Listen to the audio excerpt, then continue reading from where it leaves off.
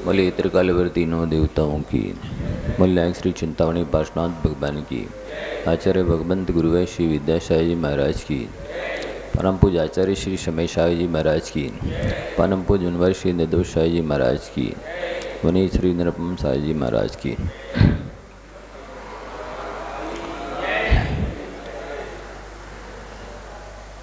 प्यारे बंधुओं, जीवन को कैसे बेहतर बनाया जा सकता है,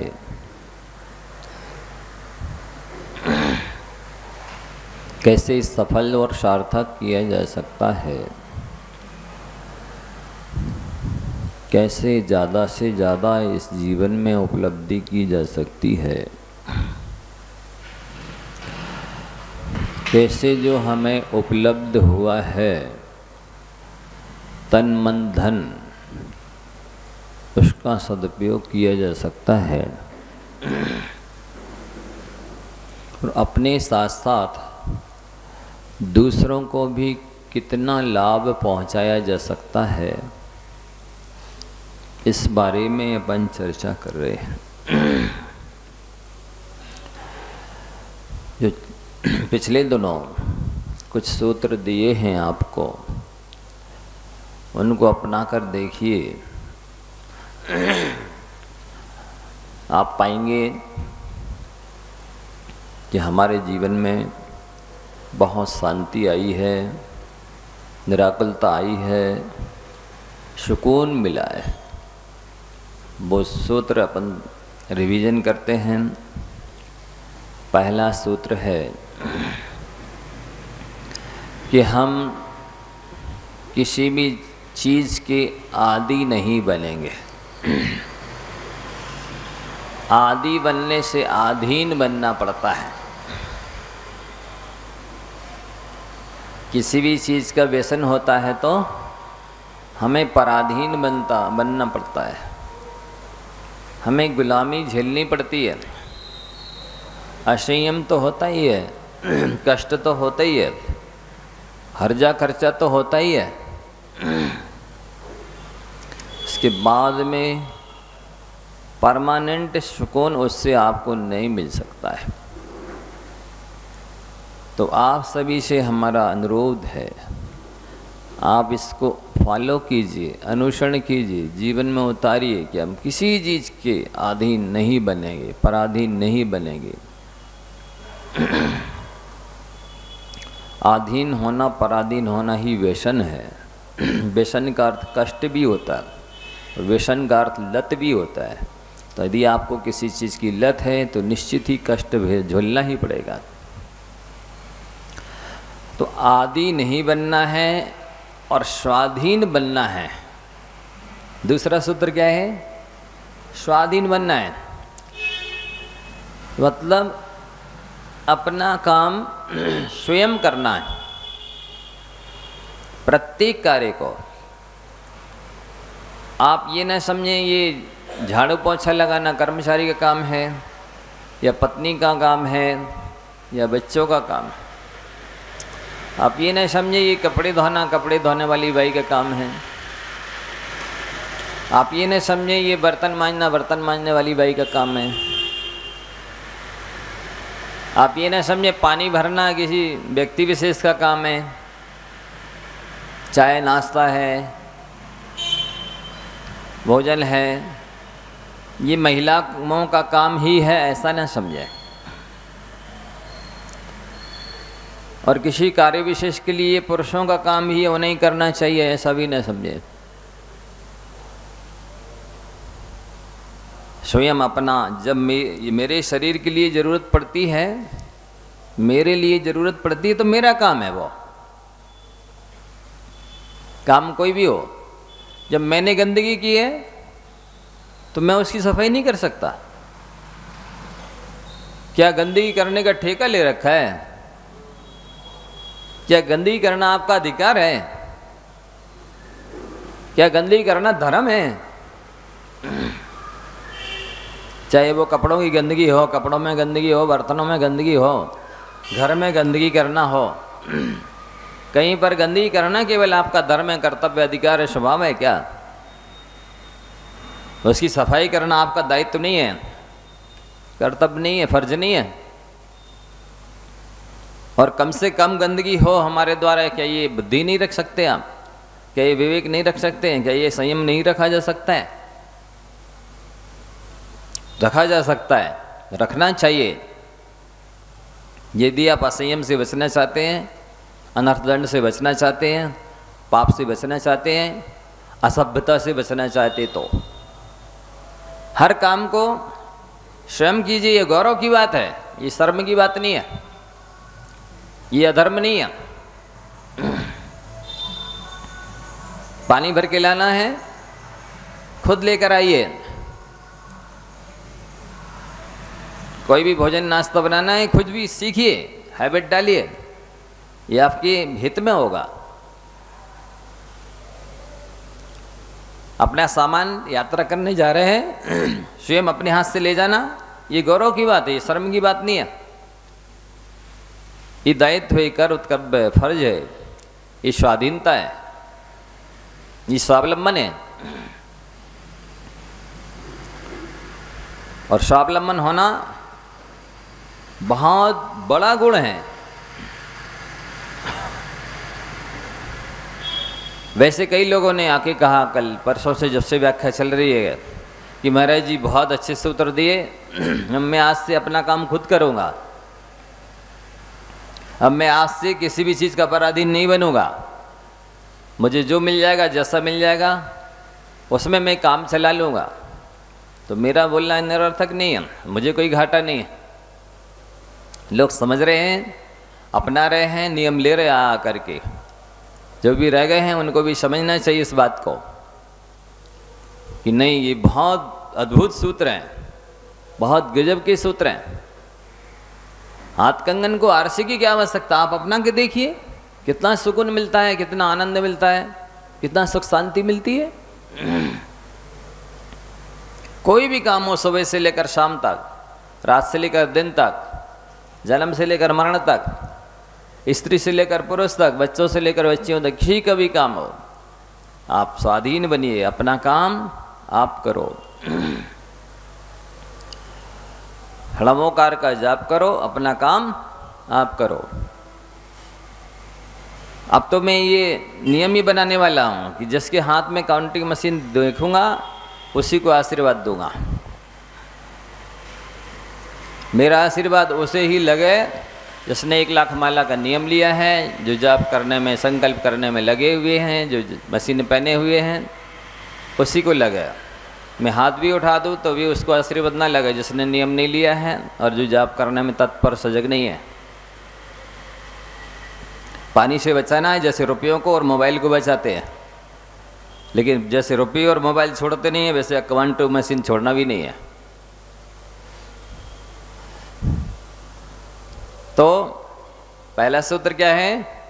आपको किसी भी चीज़ का आदी नहीं बनना। यदि आधीन नहीं होना है, पराधीन नहीं होना है, तो आदि भी नहीं बनना। इसके अंदर बहुत तरह से सुब्बा है, कितना संकलेश होता है, कितना असंयम होता है, कितना हर्जा खर्चा होता है, कितना कर्मबंध होता है, कितना आपसी झगड़ा नोक झोंक होती है। इन सारी चीज़ों से आप बचेंगे। इसलिए इस सूत्र को अपनाइए कि मुझे किसी भी चीज़ का आदी नहीं बनना। तो आधीन नहीं बनेंगे, पराधीन नहीं बनेंगे, बहुत सारे असंयम से, पाप से, संकलेश से, कलह क्लेश से बचेंगे, हर्जा खर्चा से बचेंगे। और दूसरा सूत्र, स्वावलंबी बनना है। हर काम को अपना स्वयं कीजिए। पर आप देखिए, तत्काल नहाया, कपड़े धो दिए, समय पाके कपड़े निचोड़ दिए, भोजन किया, तुरंत प्लेट 1 मिनट में साफ होती है, फ्रेश हो जाती है। कितना संयम होता है। जो उठन पड़ी है उसमें भी जीव सम्मूर्छन उत्पन्न हो रहे हैं और उसमें गिर भी रहे हैं, मर रहे हैं, सुबह से शाम तक पड़े हैं। तो चाहे बर्तन हो, वस्त्र हो, झाड़ू पोछा हो, या कोई भी काम हो, पानी भरने से, सामान उठाने ले जाने से रख करके स्वयं कीजिए। और आदि नहीं होंगे तो पैदल भी चले जाएंगे, गाड़ी होना तभी जाएंगे, 2 व्हीलर, 4 व्हीलर, ऐसा कोई अधीनता नहीं। मंदिर नहीं छूटेगा, आपका काम नहीं रुकेगा, आप करके देखिए, है तो ठीक है, नहीं है तो ठीक है। चाहे वो बिस्तर हो, वाहन हो, नाश्ता हो, कहीं आना जाना हो, किसी भी चीज़ कोई फेवरेट नहीं होनी चाहिए। आपके सुखी जीवन के लिए यही सुकूनमय जिंदगी है कि जो प्राप्त है वो पर्याप्त है। 2 सूत्र तो ये अपनाने हैं कि स्वाधीन बनना है और किसी भी चीज़ के अधीन नहीं बनना है। और तीसरा सूत्र है संसार के कामों में अपने से नीचे वाले को देखिए। कई लोगों ने नियम ले लिया है ये कि मैं आज से ऐसे ही करूँगा। पहला सूत्र ये है मैं किसी चीज़ का आदी नहीं बनूँगा। दूसरा सूत्र ये है कि मैं अपना हर काम स्वयं करूँगा। तीसरा सूत्र ये है कि संसार के कामों में हम अपने से ऊँचे वाले को नहीं देखेंगे, चाहे वो बिल्डिंग हो, चाहे वो मकान दुकान हो, चाहे वो वस्त्राभरण हो, चाहे खान पान की चीज़ हो, चाहे कोई भी पंचेंद्रिय के विषयों संबंधी चीज़ हो। मैं अपने से नीचे वाले को देखूंगा। जो मेरे पास है कम से कम वो तो है, सामने वाले के पास तो वो भी नहीं है। ये सुख शांति का रास्ता है, ये निराकुलता का रास्ता है। और तीसरा सूत्र तो ये हो गया, रटना है, रटनी नहीं, उतारना, आत्मसात करना है। याद हो गए? पहला सूत्र क्या है? किसी भी चीज़ के आदी नहीं होना है, आधीन नहीं होना, पराधीन नहीं होना है। जैसा होगा उसमें काम चलाना। और दूसरा है स्वाधीन बनना, हर काम अपना खुद करना है। वो छोटे से छोटा कोई भी हो, नाली साफ करने वाला भी क्यों ना हो, आप देखते रहेंगे सफाई करने वाला आएगा तभी होगी। उसमें कितने कीड़े जीव उत्पन्न हो रहे हैं, कितनी दुर्गंध आ रही है, कितनी कहना चाहिए रोग फैल रहा है, संक्रामक बीमारियां फैल रही हैं, वातावरण गंदा हो रहा है। चाहे कोई भी काम हो, झाड़ू पोछा, बर्तन से लेकर के पानी भरने, सामान उठाने ले जाने रखने से लेकर के कोई भी चीज़ खुद करिए। अन्यथा आपके पैर होते हुए भी नहीं है, आप लंगड़े हैं, क्योंकि आप पैर से तो काम ले ही नहीं रहे। आपको तो वही 2 व्हीलर 4 व्हीलर चाहिए, आपको तो दूसरा लाने ले जाने वाला चाहिए।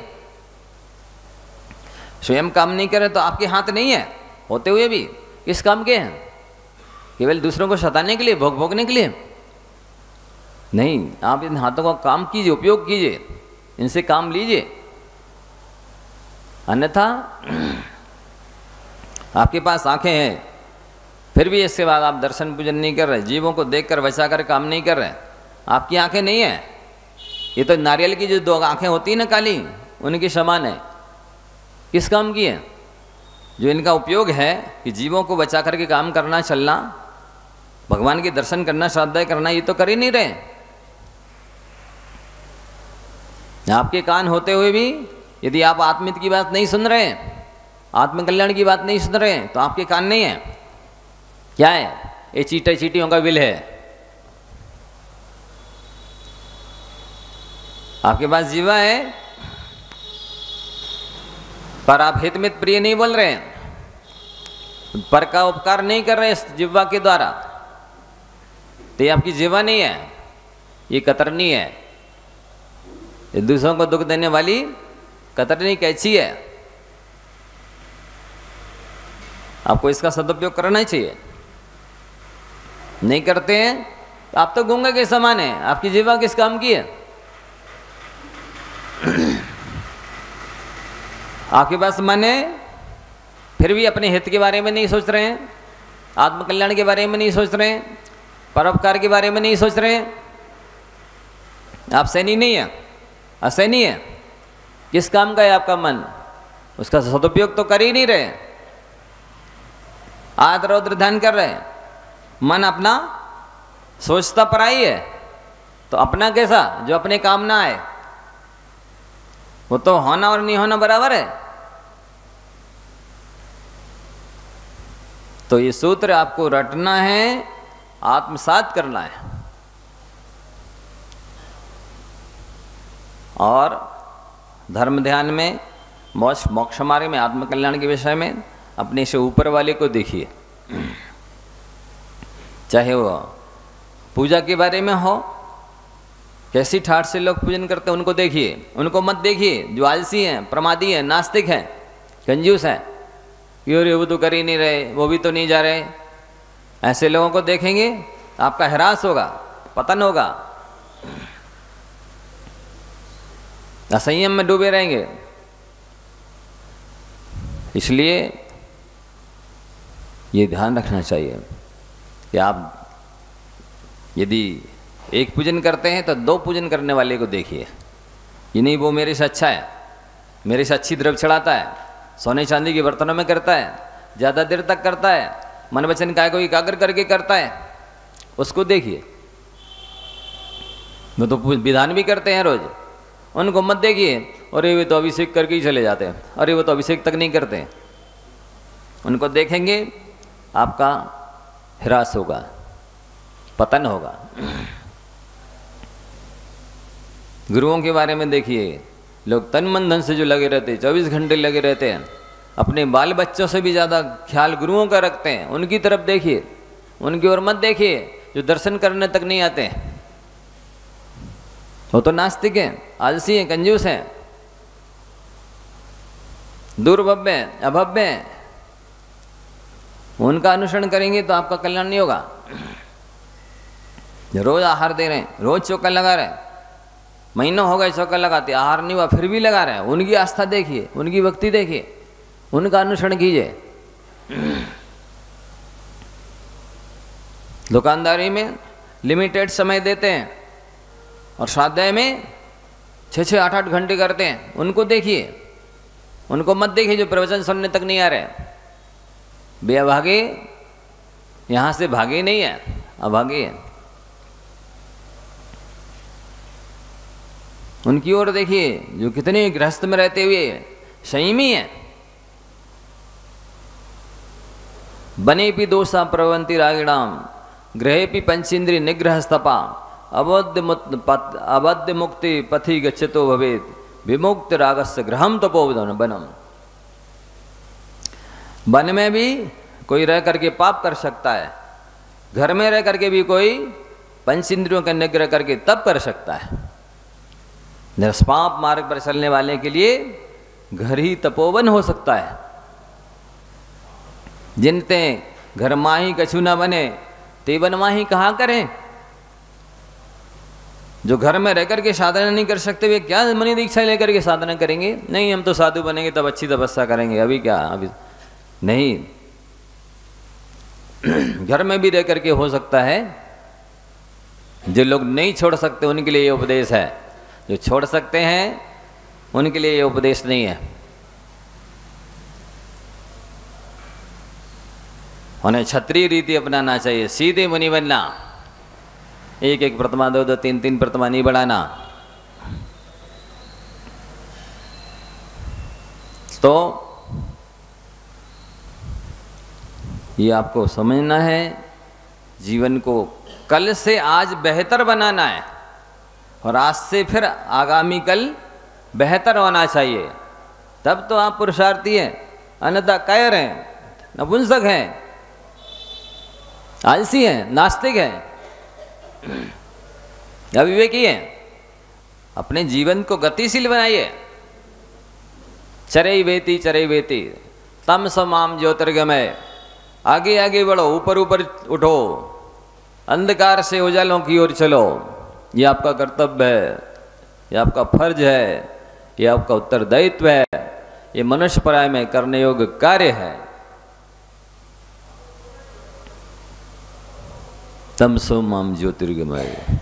हे प्रभु मुझे अंधकार से उजालों की ओर ले चलो। कौन सा अंधारा है, कौन सा उजाला कहलाता है?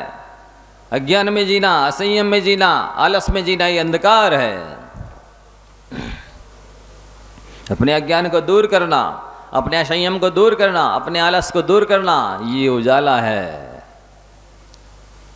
ये ज्योति है, ये प्रकाश है। अज्ञानी तो जीते हुए भी मरे के समान है। अज्ञानी तो मनुष्य होते हुए भी पशु के समान है।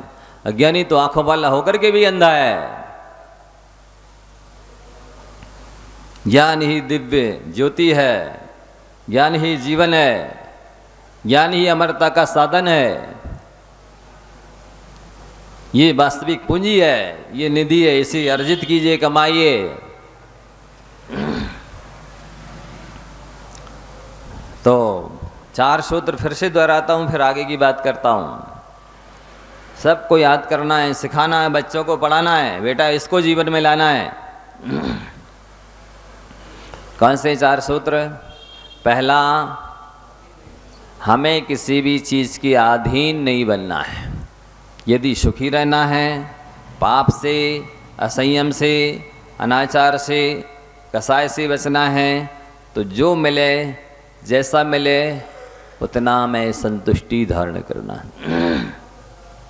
क्योंकि आपको एक सूत्र दिया गया है कल कि किसी भी चीज़ के खा लेने में, प्राप्त कर लेने में सुख नहीं है।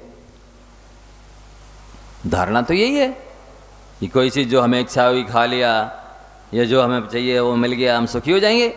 नहीं, ये सुख का रास्ता नहीं है। सुख है तृप्ति में।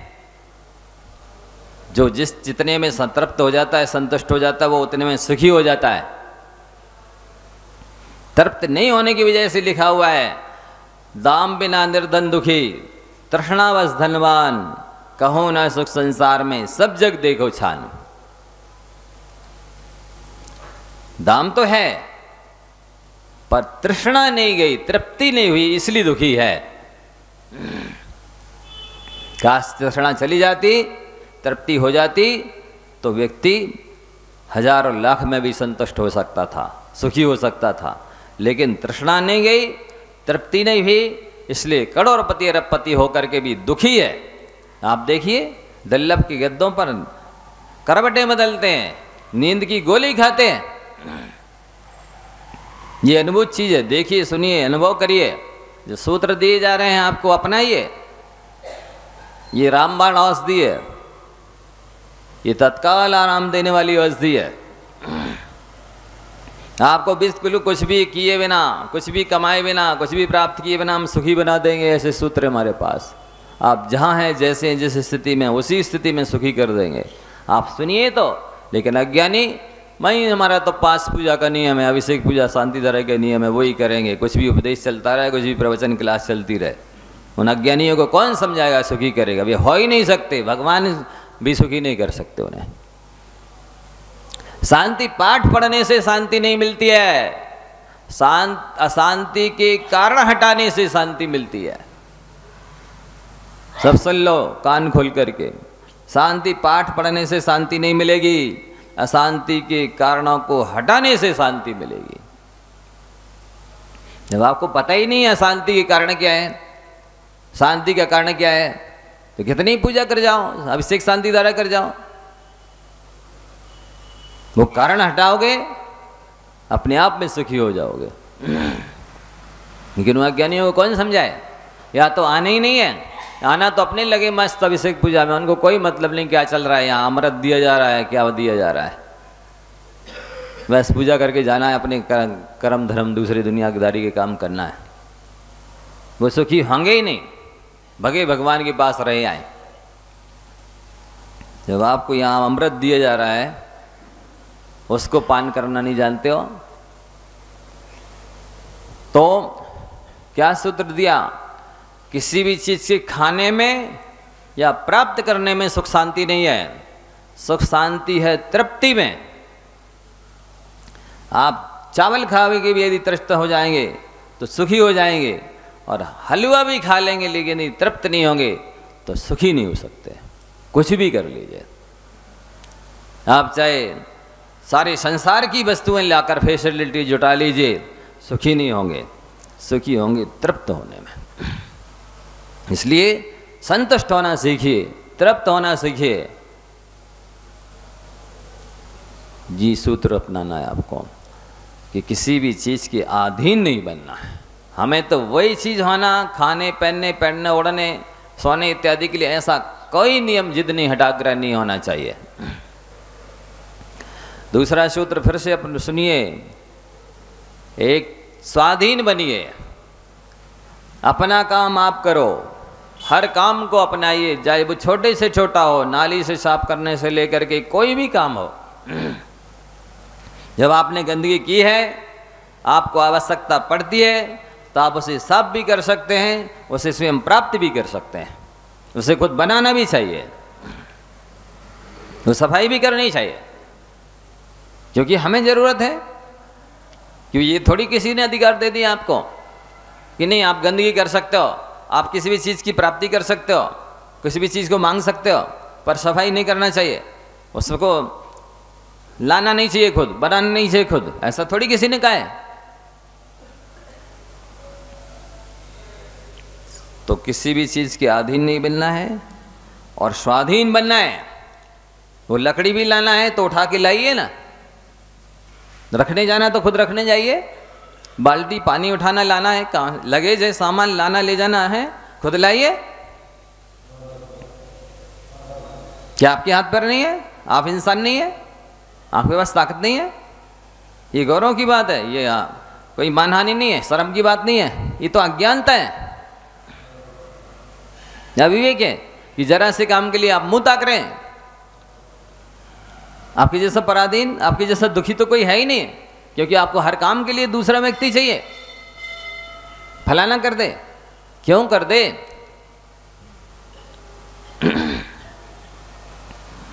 याद हो गया?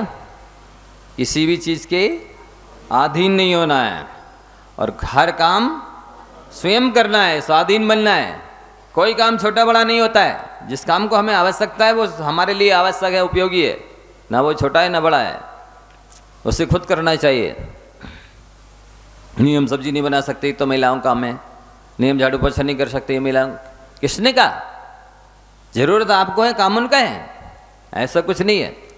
मिल जाए तो ठीक है, नहीं है सहयोग की आवश्यकता है आप कर दीजिए, क्या बात हो गई? हम कह रहे कर नहीं लग जाओ, आप किचन में चले जाओ, ये नहीं कह रहे, सीखिए, ये गुण होना चाहिए। जरूरत पड़ जाए तो आप हाँ बांध के मत बैठे रहिए, मुंह ताकते मत देखे रहिए, हताश उदास मन बन करके मत बैठिए, दीनहीन मत बनिए, दुखी मत होइए, संकलेश मत करिए। क्या करें, अब तो है ही नहीं सेल्फ, जो बनाने वाला था वो है नहीं, जो देने वाला था वो है ही नहीं। नहीं, खुद बना लीजिए, नहीं देने वाला खुद ले लीजिए, नहीं करने वाला खुद कर लीजिए, है तो कोई बात नहीं। और खुद करेंगे, सामने वाले को समय मिल जाएगा उतना, तो उसमें वो भी पूजन कर सकते हैं, स्वाध्याय कर सकते हैं, प्रवचन सुन सकते हैं, तब त्याग कर सकते हैं। सारा काम उन पे छोड़ देंगे तो सारा समय उनका उसमें चला जाएगा, वो कब धर्म ध्यान करेंगे? क्या ये आपका दायित्व तो नहीं है कि मेरे अधीन रहने वाला, मेरे साथ रहने वाला, मेरे पास में रहने वाला वो भी पुण्य कमाए, वो भी धर्म ध्यान करे, वो भी सुख शांति से रहे? ये आपका दायित्व तो नहीं है? सारा भार, सारी चिंताएं, सारा कर्ज उस पर छोड़ दो, फिर ये कर्ज कब उतारोगे?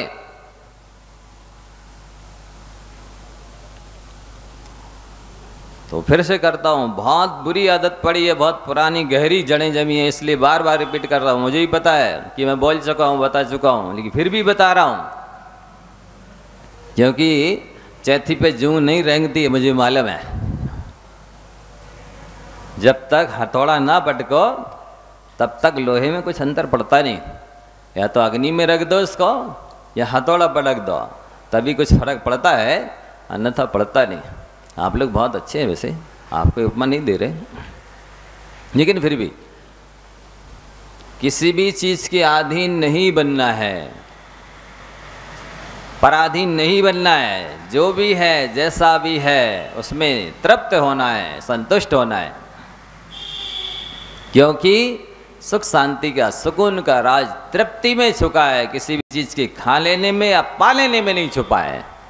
इसी तृप्त होइए, संतुष्ट होइए। दूसरा, स्वाधीन बनिए, हर काम को समय पर विधिवत अहिंसा का ख्याल रखते हुए, आवश्यकता का ख्याल रखते हुए काम करिए। कई बार लोगों को यही नहीं पता कि हम जो आयोजन कर रहे हैं उसका प्रयोजन क्या है। आयोजन का प्रयोजन क्या है? बस दिख गया मार्केट में, खरीद लाए। क्यों खरीद रहे हो? क्या आपके पास नहीं है? क्या आपका काम नहीं चल रहा है? इस आयोजन का, खरीदने रूपी आयोजन का प्रयोजन क्या है? नहीं नहीं, बस पैसे कमाना। ये पैसे कमाने रूपी आयोजन का प्रयोजन क्या है? क्यों कमाना? क्या है नहीं? क्या शांति से जिंदगी नहीं चल रही? क्या भोजन नहीं मिल रहा? कितनी उम्र हो गई है? किसके लिए कमाना? क्या वो अपना जो जीव आएगा उसका अपना भाग्य या पुरुषार्थ नहीं होगा? क्या 8 पीढ़ी 7 पीढ़ी का ठेका आप ही ने ले रखा है? आप होते कौन है? पूत सपूत तो का धन संचय, और स्वयं ऐश्वर्य कमा लेगा।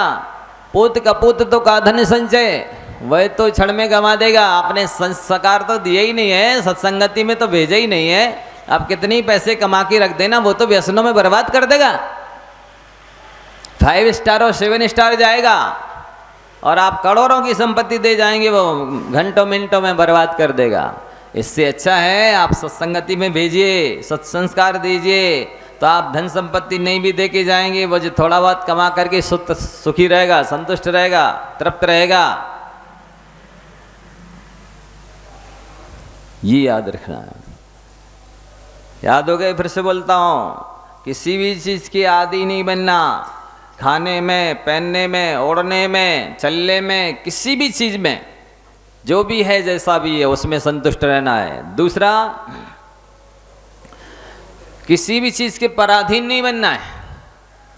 स्वयं खुद करना है अपना काम, चाहे वो छोटे से छोटा हो, मन से वचन से काय से लेकर के हो, दिन का हो, रात का हो, कभी का हो, कहीं का हो। तीसरा है, संसार के मार्ग में, विषय कषाय में अपने से नीचे वाले को देखना है। जिसके पास मेरे से कम फैसिलिटी है, जिसके पास मेरे से कम धन संपत्ति है, जिसके पास मेरे से कम अनुकूलता है, उसको देखेंगे सुख शांति मिलेगी। अपने से ऊंचे वाले को देखेंगे जिसके पास अपने से ज़्यादा संपत्ति है, ज़्यादा फैसिलिटी है, ज़्यादा सुख सुविधा है, आपको आकुलता मच जाएगी, बेचैनी हो जाएगी, असंयम में प्रवृत्ति हो जाएगी। ये 4 सूत्र अपना के तो देखिए। इसके बाद अगला सूत्र दे रहे हैं आपको। 5 बातें याद रखेंगे हमेशा। कभी किसी का दिल दुखाने वाली बात मत कहो। ऐसा शब्द नहीं बोलो जिससे किसी की इंसल्ट हो जाए, दिल दुख जाए, असंयम में लग जाए, उसके क्रोध की उदीर्णा हो जाए, अहंकार की उदीर्णा हो जाए, आपके शब्द सुनकर के मायाचारी करने लग जाए, उसकी लोभ का साय बढ़ जाए, आपके शब्द सुन करके वो हिंसा में प्रवृत्त हो जाए, झूठ बोलने लग जाए, चोरी करने लग जाए, आपके शब्द सुन करके कुशील सेवन करने लग जाए, आपके शब्द सुनकर उसकी मूर्छा बढ़ जाए, धन कमाने की इच्छा बढ़ जाए, ऐसा शब्द मत बोलिए। याद रहेगा, कभी किसी का दिल दुखाने वाली बात मत कहो। ये वचन बल है। यदि आप हितमित प्रिय बोलेंगे, आपको वचन सिद्धि हो जाएगी, रिद्धि सिद्धि हो जाएगी। आप जो कहेंगे वो काम होने लग जाएगा। आप कह देंगे पानी बरस जाए तो बरस जाएगा। ये है नहीं बोलने का या हितमित प्रिय बोलने का चमत्कार। वचनों में अतिशय जादू, आदेयता इसी से आती है कि आप उनको कम से कम प्रयोग करें। यदि अनावश्यक प्रयोग करते हैं वचनों का तो ये वचन नहीं है, ये अस्त्र शस्त्र हैं, ये खलबट्टा है, ये उखली मूसल है, ये कुल्हाड़ी चाकू है, ये तलवार है, शब्द नहीं है। बोली यदि हित करना हो तो वो है गोली है, बंदूक की गोली है। इसलिए आपको ये सूत्र नया दे रहे हैं। कभी भी हो, अपमान हो जाए, नुकसान हो जाए, काम बिगड़ जाए, देरी हो जाए, कुछ भी हो जाए, लेकिन आप शब्द नहीं निकालना मुंह से। आपका शब्द आशीर्वाद का काम करने लग जाएगा। जो लोग झूठ बोलते हैं, कटुक कठोर बोलते हैं, उनके मुंह से मरते समय कभी नमोकार मंत्र नहीं निकलता है। देख लेना आप, यदि आप चाहते हो कि मरण समय में मेरे मुख से नमोकार निकले तो आपको अब शब्द नहीं निकालना चाहिए। दिन भर कचर कचर कचर कर बोलते ही रहते हैं, कतरनी सी चलती रहती, मशीन सी चलती रहती है, कैंची सी चलती रहती है। क्या है ये? विचार मरगड़ाएं सीमित हैं।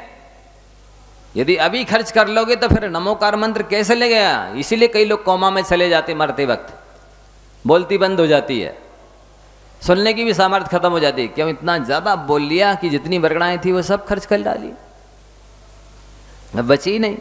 ओम तक बोलने की वरगड़ा नहीं बची। इतना दिन भर बोलते रहते, गाली गलौज करते रहते हैं, डांटते रहते हैं, भुनभुनाते रहते हैं, गुनगुनाने का तो काम ही नहीं। पहला सूत्र, आप शब्द मत बोलिए, कटुक कठोर झूठ मत बोलिए, निंदा के शब्द मत बोलिए। बोलो तो वीणा की तरह, अन्यथा पशु की तरह मौन रहो। ये पहला सूत्र है आपके लिए। आज से ही शुरू कर दीजिए। लोग आपकी वाणी सुनने के लिए तरस जाएं। कुछ तो बोलिए, आपकी तो आवाज ही सुनने नहीं मिलते हैं, कैसा बोलते हैं आप? ऐसी तरस जाएं, इतना मौन रहिए, तब तो आपका जीवन धन्य है। और लोगों को कहना पड़ता है चुप तो रहो, किसी की सुनते ही नहीं हो, थोड़ा सुना भी करो, हमारा तो सिर दर्द करने लगता है। ऐसा यदि कोई कहता है तो धिक्कार है आपकी वाणी को, और धिक्कार है आपके लिए कि जितना बोलते हैं कोई सुनना नहीं चाहता, आपको चुप कर रहा है। इससे बड़ी इंसल्ट और क्या हो सकती है? टू द पॉइंट, बिल्कुल संक्षिप्त बोलिए, सार्थक बोलिए। जो ज्यादा ज्ञानी होता है वो कम बोलता है, जो कम ज्ञानी होता है वो ज्यादा बोलता है। और ज्यादा बोलना अभव्य दुर्भव्य की पहचान है। आपको किसी से पूछना नहीं है कि मैं निकट भव्य हूं कि दुर्भव्य हूं। बिल्कुल आप इसको देख लेना अपने जीवन में। यदि बहुत ज्यादा बोलते हो, समझ लो अभी आपको अनंत भाव धारण करना बाकी है, अनंत तो भोगना बाकी है। ये फैक्ट है, तथ्य है, वास्तविकता है। तो महाराज जी आप भी तो बोलते हैं इतना ज़्यादा, हमको क्यों मना करते हैं? ऐसा बोलो जैसा हम बोल रहे हैं, सैकड़ों हजारों लाखों का उपकार हो जाए, कल्याण हो जाए, मोक्ष मार्ग मिल जाए, हित का मार्ग मिल जाए, लाभ हो जाए, तो बोलिए ना, कौन मना करता है? ऐसा बोलने से पुण्य बंद होगा और लाभांतराय का वीर्यांतराय कर्म का क्षेपसम होगा, तो वचन वरगणाएं और आती रहेंगी, फिर कमी नहीं पड़ेगी मरण के समय नमो कारण पढ़ने की। लेकिन निष्प्रयोजन फालतू बोलेंगे, निंदा चुगली करेंगे, तो पाप बंद होगा, ये वचन वरगणाएं खत्म हो जाएंगी। ऐसे ही हुआ। एक बार बंबई में प्रवचन करते समय मैंने कहा, जो व्यक्ति अपने वृद्ध माँ बाप के प्रिय वाणी से, हितमित वाणी से, प्रेम से, विनय से, आदर के साथ धर्म ध्यान नहीं कराता है, सेवा नहीं करता है, समाधि नहीं कराता है, उसका माँ बाप का उपकार चुक ही नहीं सकता। एक सज्जन खड़े हो गए, ब्रह्मचारी अवस्था की बात है, भैया जी आपने भी तो छोड़ दिया माँ बाप को, आपने भी तो नहीं कराई समाधि। मैंने कहा सुनो, आत्मकल्याण के लिए अभी तक अनंत अनंत सिद्ध बने हैं, उनने सबने माँ बाप को, परिवार को छोड़ा है। आप भी आत्मकल्याण के लिए आ जाइए, हम नहीं कहेंगे कि आप माँ बाप की समाधि कराइए, लेकिन पत्नी बच्चों के पैर दबाएं, माँ बाप को लात मारे, ये अधर्म है, ये नहीं कर सकते आप।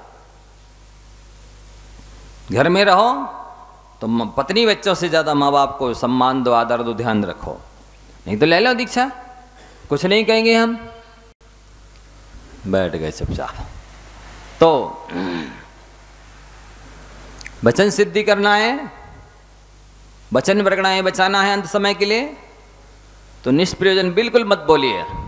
मैं देखता हूं, सुनता हूं, अनुभव करता हूं, इतना ज़्यादा बोलते हैं लोग, सामने वाले का माथा पका देते हैं, माथा गर्म कर देते हैं। और कई अज्ञानी तो इतना बोलते हैं, घंटों बोलने के बाद ढूंढना पड़ता है कि इसमें सेंस क्या निकल रहा है, कहना क्या चाहते हैं। जैसे ये होते ना, कौन, धूली धावक, सोने चांदी की दुकानों के सामने से सारी धूल समेट ले जाते हैं और उसको धोते बीनते छानते हैं कि कोई थोड़ा बहुत काना सोने चांदी का मिल जाए। ऐसे लोगों के शब्द होते हैं। इतनी सारी धूल धोई, इतना सा कण मिल जाए सोने चांदी का तो भाग है। ऐसे ही घंटों बोलते हैं, पर इतना सा सार निकल आए, सेंस निकल आए, ढूंढना पड़ता है। ये बुद्धिमानी नहीं है। मूर्ख भी तब तक विद्वान माना जाता है सभा में जब तक वो बोलता नहीं है, और समझदार भी एक अपशब्द निकल जाए तो उसकी बेवकूफ़ी मानी जाती है। एकांत में रहो तो मल के संभाल के रखो कि कोई गलत विचार ना आ जाए, और भीड़ में रहो तो ये ध्यान रखो कि कोई अपशब्द ना निकल जाए। क्या सूत्र दिया? कान पे से उड़ गया, सिर के ऊपर से चला गया। एकांत में रहो तो इस मन को संभाल के रहो कि कोई बुरा विचार ना आ जाए, और भीड़ में रहो तो इस बात का ख्याल रहो कि कोई अपशब्द ना निकल जाए। एकांत में बुरा विचार आने की संभावना रहती है, भीड़ में अपशब्द निकल जाने की संभावना रहती है। इसलिए इनको दोनों को संभाल के रखिए। यदि आप आलसी हैं तो अकेले में मत रहो, और अकेले हो तो आलसी मत बनो। ये भी एक सूत्र है। क्या कहा? आलसी हो तो अकेले में मत रहो, अकेले में हो तो आलसी मत बनो। इन सूत्रों को अपनाओगे तो आपका जीवन भविष्य उज्ज्वलमय बनेगा। तो पहला सूत्र क्या दिया? सूत्र तो अनेक दिए जा रहा है बीच बीच में। आप जाने अब कितना लिख रहे हैं, पढ़ रहे हैं, याद कर रहे हैं, मोबाइल में ले रहे हैं कि केवल मनोरंजन का समय साधन बना रहे हैं, टाइम पास मूंगफली समझ रहे हैं। ये आपके ऊपर है। सूत्र तो कई दिए जा रहे हैं, पर ये सूत्र भी याद रखना है।